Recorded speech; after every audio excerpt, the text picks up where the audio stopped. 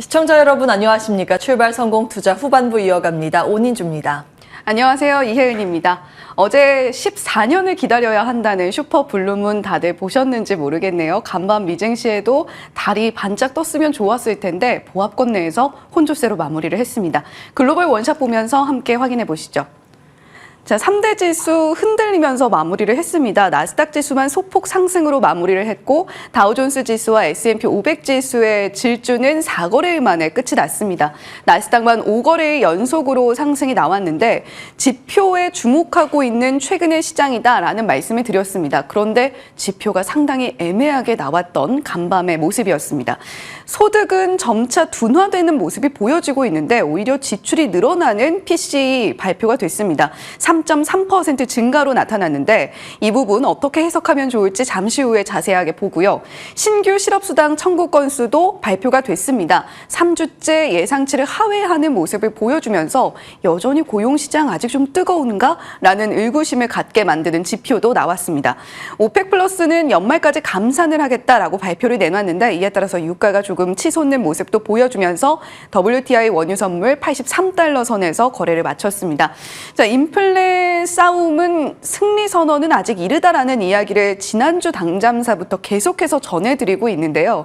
이는 지표를 통해서도 계속해서 드러나고 있습니다. 과연 언제 힘차게 승리 선언을 외치게 될 수 있을까요? 투자자들은 점점 더 머리가 복잡해지기만 합니다. 오늘 밤에 나오는 고용 보고서까지 꼭 챙겨 보셔야 되겠습니다. 오늘 밤 9시 30분에 발표가 되니까요. 이 부분도 챙겨 보시고 혹시나 못 보신다고 하더라도 다음 주 월요일 당잠사에서 꼼꼼하게 챙겨드리겠습니다. 자, 마이크로소프트는 EU 반독점 우려가 제기가 되면서 이 부분과 함께 빅테크들의 상승 흐름을 함께 타지 못하고 소폭 하락으로 마무리를 했고요.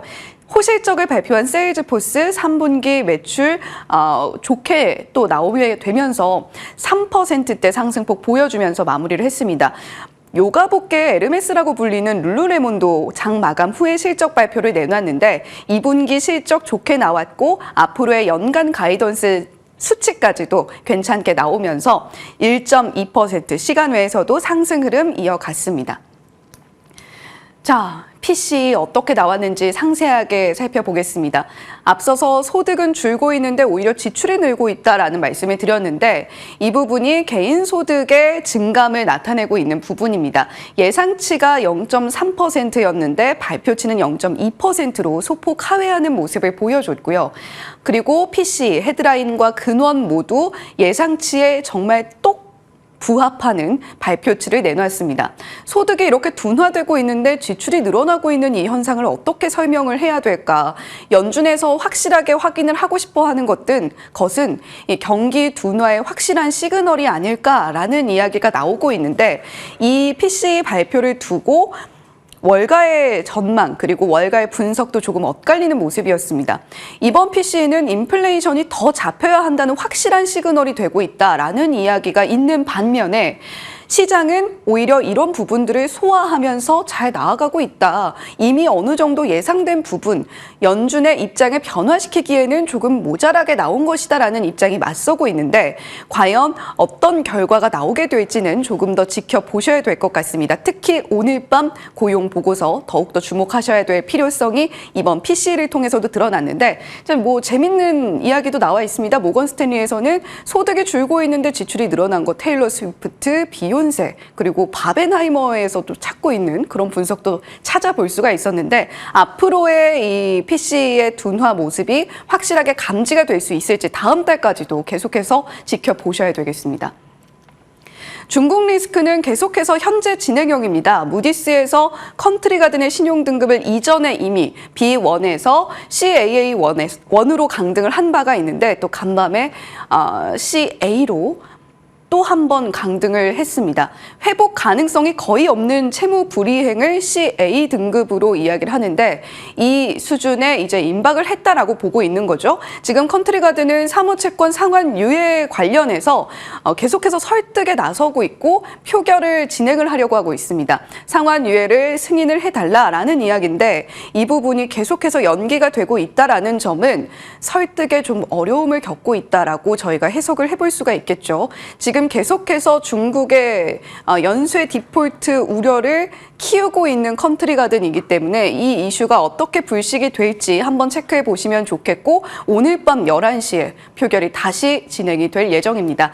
자, 지금 청년 실업률뿐만이 아니라 경제 위축 시그널도 중국에서 계속해서 감지가 되고 있는데 8월 제조업 PMI가 49.7로 예상치를 상회하게 나왔습니다. 하지만 기준점이 50이기 때문에 여전히 위축 국면에 있다는 것은 변함이 없고요.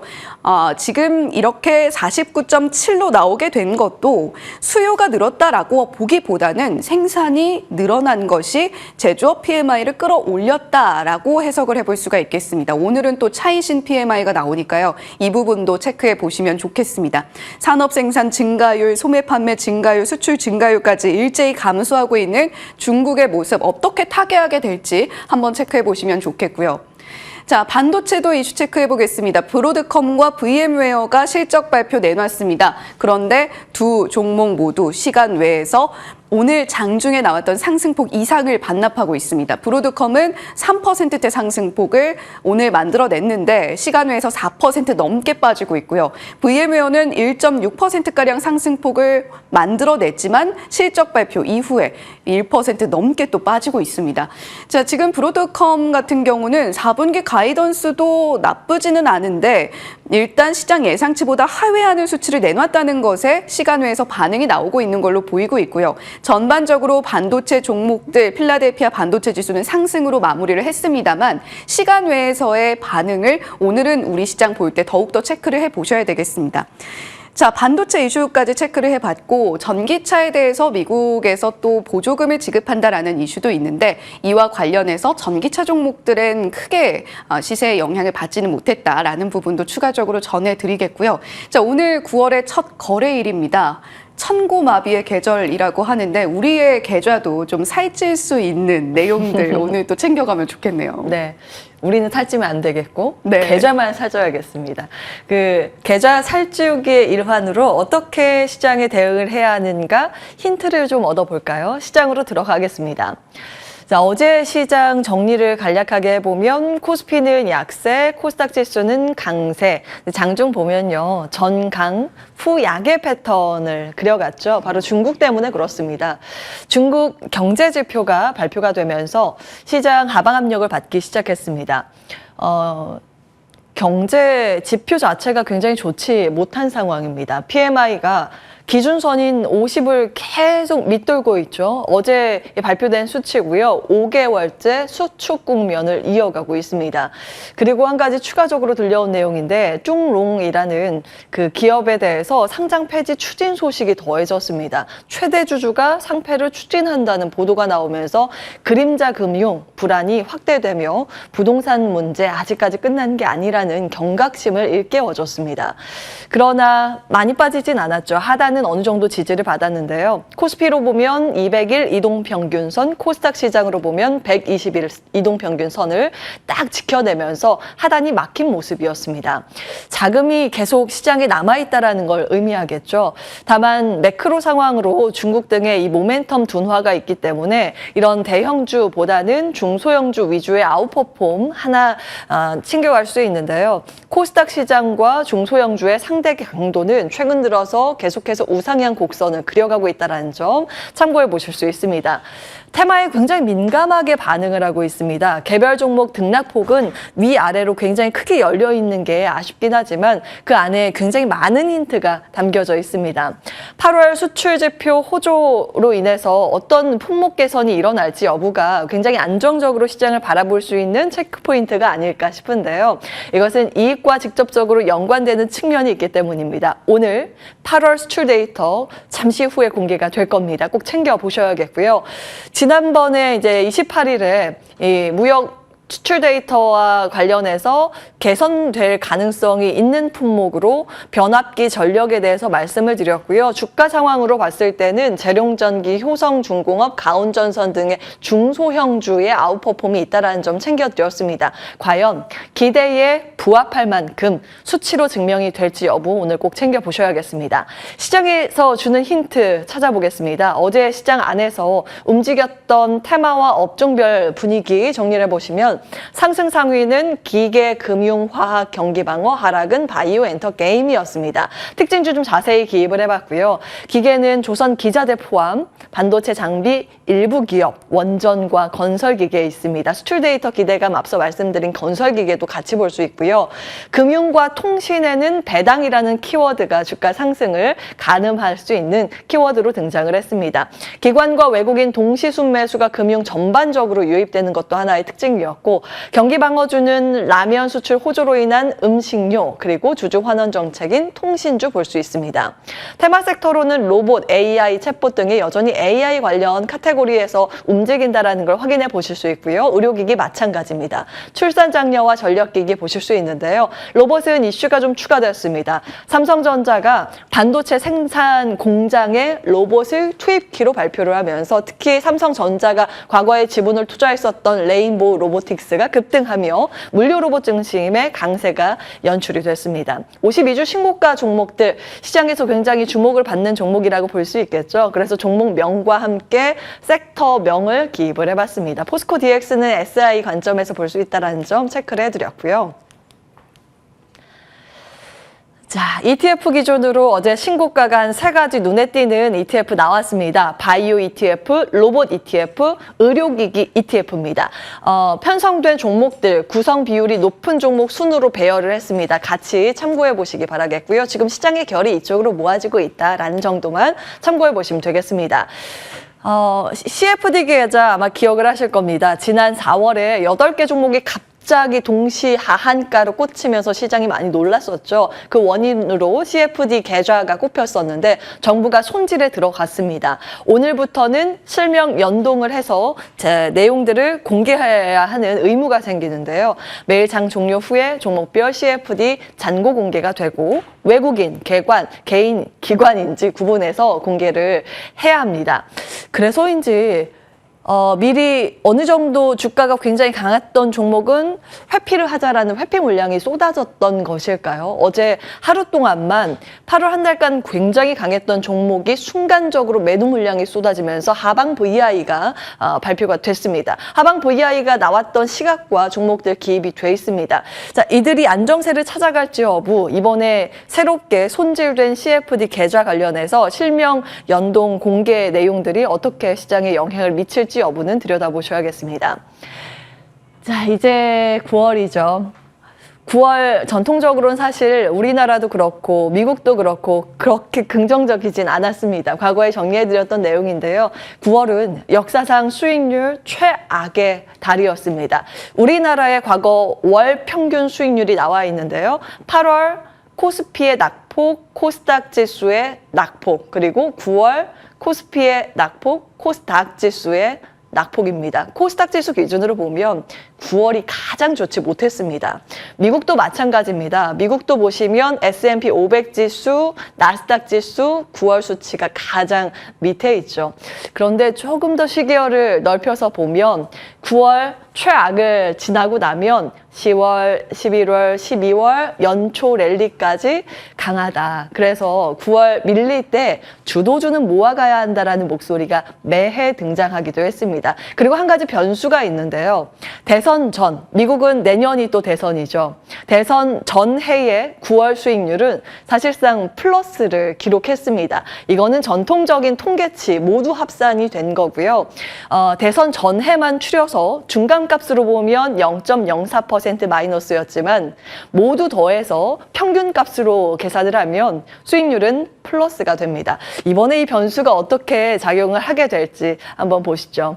자, 증권가에서 우리나라 9월 증시 전망은 박스피를 전망하고 있습니다. 박스권에 갇힌 지수라는 이야기죠. 하단과 상단이 좀 좁은 폭으로 제시가 되고 있습니다. 하단으로는 2,400선, 상단으로는 2,700선 정도가 거의 컨센서스로 맞춰지고 있고요. 내려갈 때 사고 올라갈 때 팔자라는 전략. 추천 업종으로는 반도체가 가장 많습니다. 그리고 전기차, 2차 전지까지 포함이 돼서 눈에 띄고요. AI 여전히 주목을 하고 있고 중국 소비 관련해서도 눈에 띕니다. 항공과 면세, 화장품도 많은 곳에서 꼽고 있습니다.